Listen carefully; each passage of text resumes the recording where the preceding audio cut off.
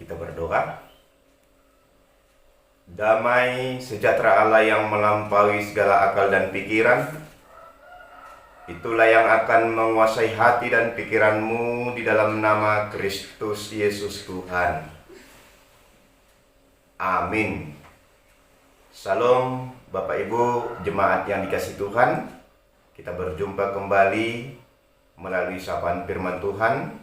Hari ini tertulis dalam Lukas 12 ayat 13 sampai dengan ayat yang ke-21. Lukas 12 ayat 13 sampai dengan ayat yang ke-21. Demikian firman Tuhan. Orang kaya yang bodoh. Seorang dari orang banyak itu berkata kepada Yesus, "Guru, katakanlah kepada saudaraku supaya ia berbagi warisan dengan aku." Tetapi Yesus berkata kepadanya, "Saudara, siapakah yang telah mengangkat aku menjadi hakim atau pengantara atas kamu?" Katanya lagi kepada mereka, "Berjaga-jagalah dan waspadalah terhadap segala ketamakan. Sebab walaupun seorang berlimpah-limpah hartanya, hidupnya tidak tergantung daripada kekayaannya itu." Kemudian ia mengatakan kepada mereka suatu perumpamaan, katanya, "Ada seorang kaya, tanahnya berlimpah-limpah hasilnya. Ia bertanya dalam hatinya, 'Apakah yang harus aku perbuat? Sebab aku tidak mempunyai tempat di mana aku dapat menyimpan hasil tanahku.' Lalu katanya, 'Inilah yang akan aku perbuat. Aku akan merombak lumbung-lumbungku, dan aku akan mendirikan yang lebih besar, dan aku akan menyimpan di dalamnya segala gandum dan barang-barangku. Sesudah itu aku akan berkata kepada jiwaku, jiwaku, ada padamu banyak barang, tertimbun untuk bertahun-tahun lamanya. Beristirahatlah, makanlah, minumlah, dan bersenang-senanglah.' Tapi firman Allah kepadanya, 'Hai engkau orang bodoh, pada malam ini juga jiwamu akan diambil daripadamu. Dan apa yang telah kau sediakan, untuk siapakah itu nanti?' Demikianlah jadinya dengan orang yang mengumpulkan harta bagi dirinya sendiri, jikalau ia tidak kaya di hadapan Allah." Amin. Salam Bapak Ibu jemaat yang dikasihi Tuhan. Firman Tuhan hari ini kami berikan judul, "Berjaga-jagalah dan waspadalah terhadap segala ketamakan." Berjaga-jagalah dan waspadalah terhadap segala ketamakan. Bapak Ibu jemaat yang dikasihi Tuhan, pengharapan kita tetap di dalam anugerah Tuhan yang tetap memberikan kesehatan dan damai sejahtera kepada kehidupan kita. Amin.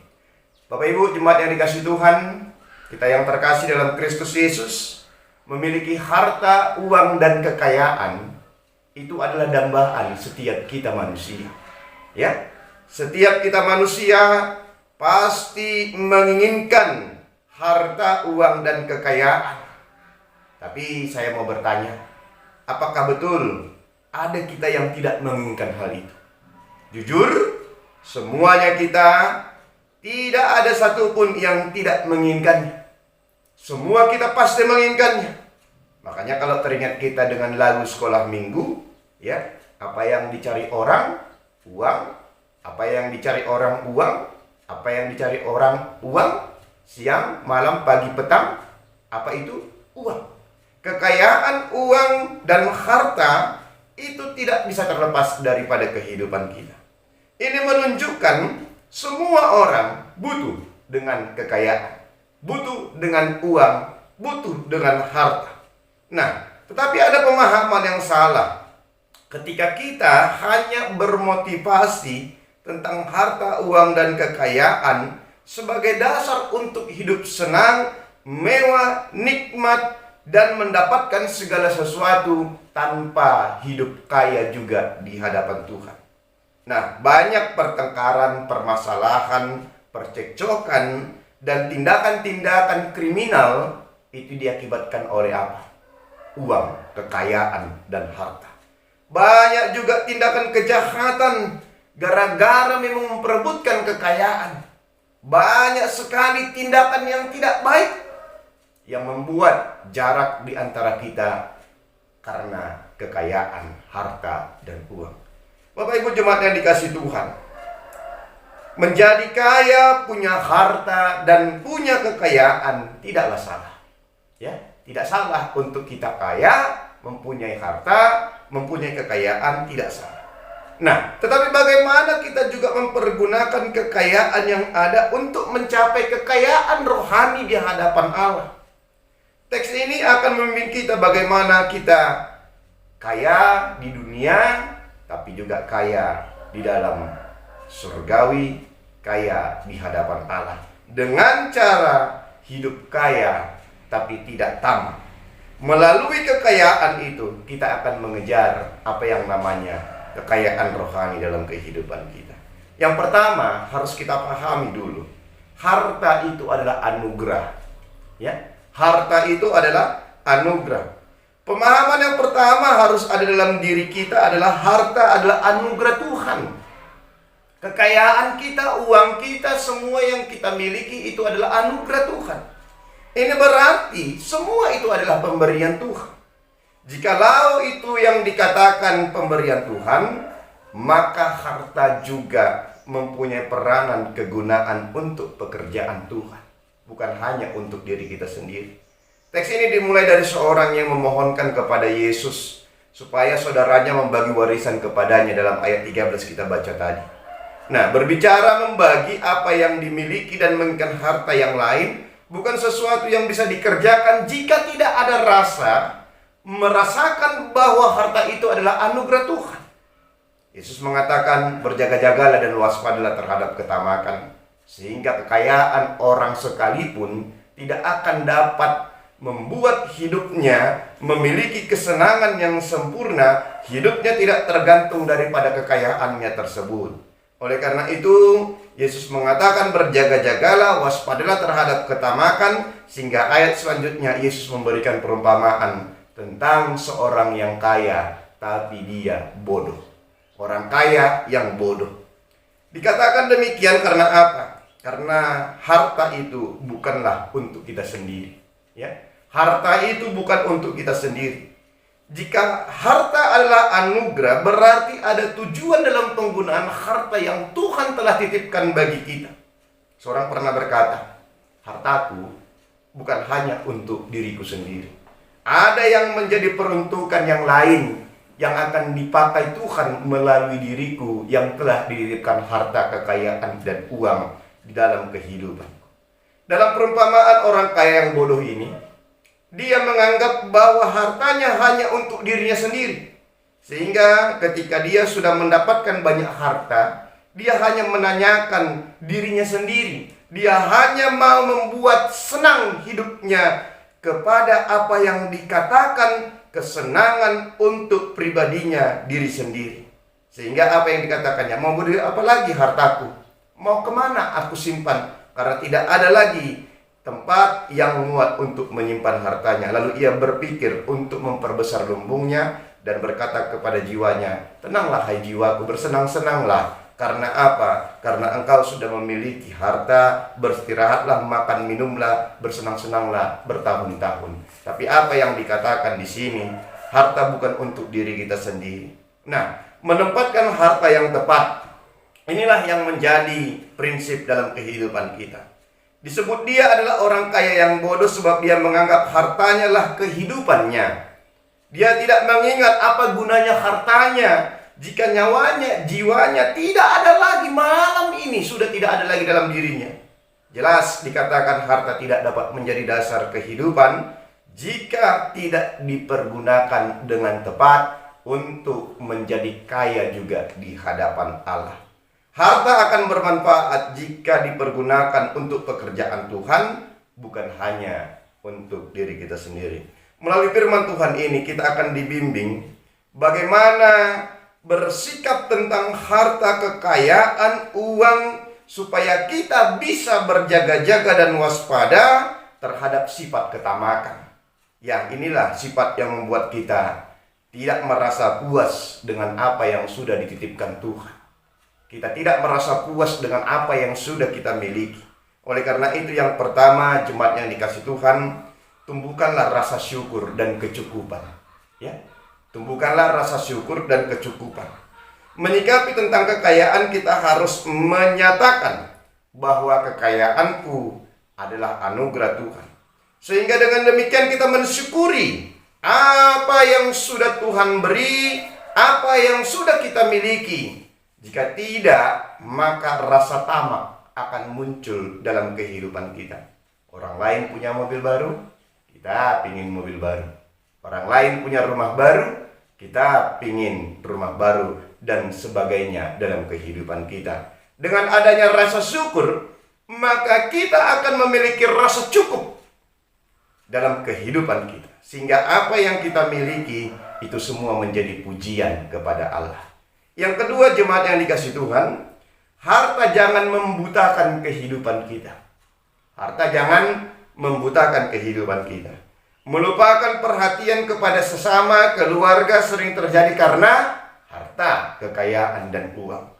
Percekcokan, pertikaian, perselisihan, semuanya dapat membutakan mata rohani kita. Karena apa? Karena harta dapat membutakan kehidupan. Oleh karena itu, biarlah kita mempunyai harta, tetapi jangan buta secara rohani kita.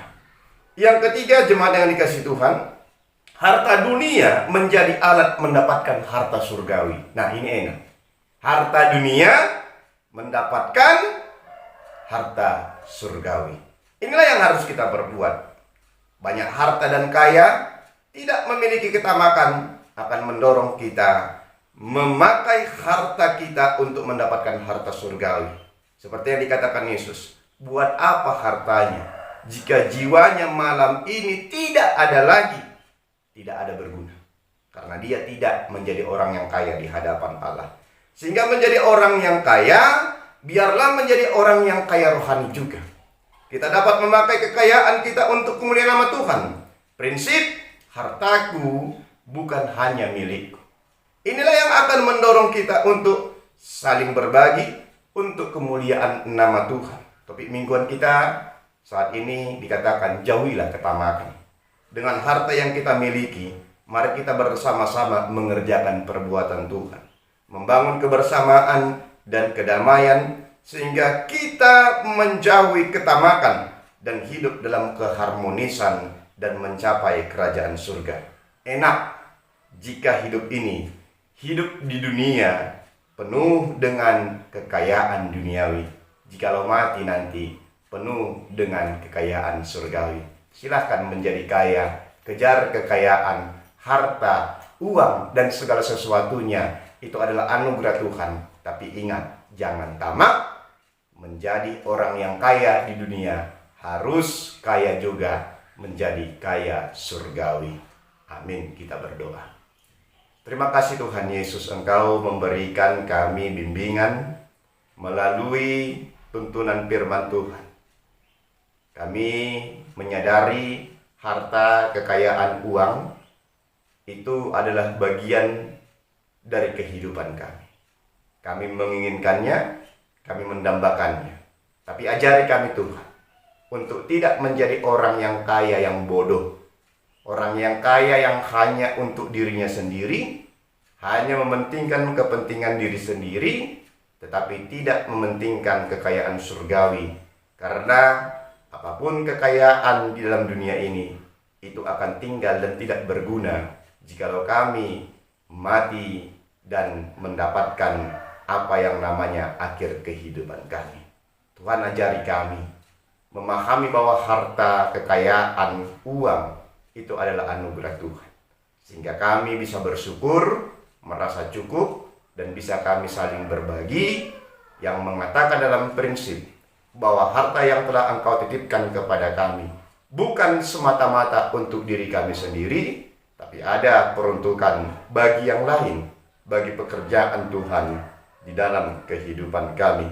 Ajari kami Tuhan untuk mempergunakan harta kekayaan uang kami dengan tepat, sehingga kami kaya di dunia ini, kaya juga kami di dalam surga di hadapan Allah. Sehingga apapun yang kami miliki, kekayaan kami, harta kami, uang kami, dapat menjadi kemuliaan bagi nama Tuhan.